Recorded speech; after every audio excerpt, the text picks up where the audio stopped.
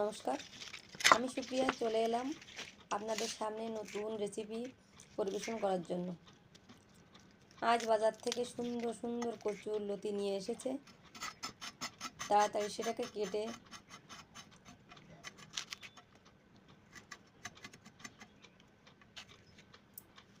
খুব তাড়াতাড়ি কেটে নিলাম টপ টপ করে।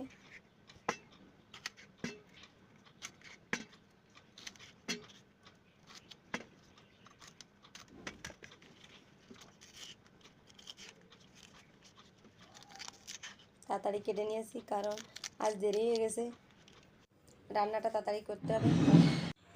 প্রথমে তেল দিয়ে দিলাম এবং তাতে দিয়ে দিলাম কাঁচা লঙ্কা ও পেঁয়াজ।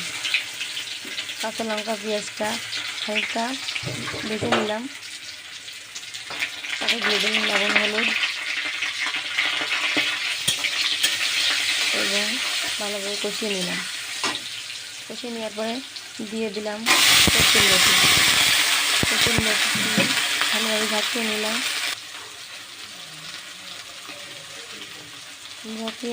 সুন্দর করে আস্তে আস্তে। বড় লতি তো, তাই সেদ্ধ হতে একটু দেরি হচ্ছে, তাই দিয়ে দেবো সামান্য একটুখানি জল। তারপরে আস্তে আস্তে করে নাড়তে থাকলাম।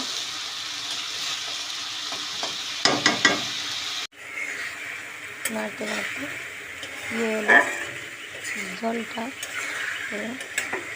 লতিটা সেদ্ধ হয়ে গেল। তারপরে নামিয়ে নিলাম এবং গরম ভাতে পরিবেশন করলাম।